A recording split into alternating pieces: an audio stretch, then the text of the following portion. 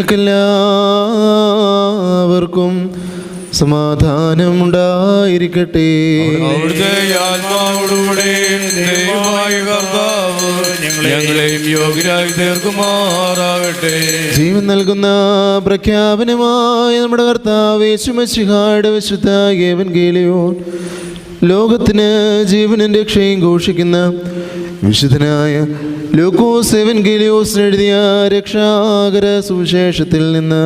വന്നവനും വരുവാനിക്കാൻ വാഴ്ത്തപ്പെട്ടവനാകുന്നു.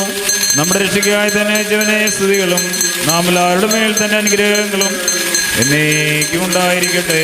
വിശുദ്ധ കന്യകമറിയാമിൽ നിന്ന് ശരീരം ധരിച്ച ദൈവത്തിൻ്റെ ജീവനുള്ള വചനവും നമ്മുടെ കർത്താവും ദൈവവും രക്ഷിതാവുമായ യേശു മിശിഹായുടെ മനുഷ്യാവതാര വ്യാപാരകാലത്ത് ഇവ ഇപ്രകാരം സംഭവിച്ചു.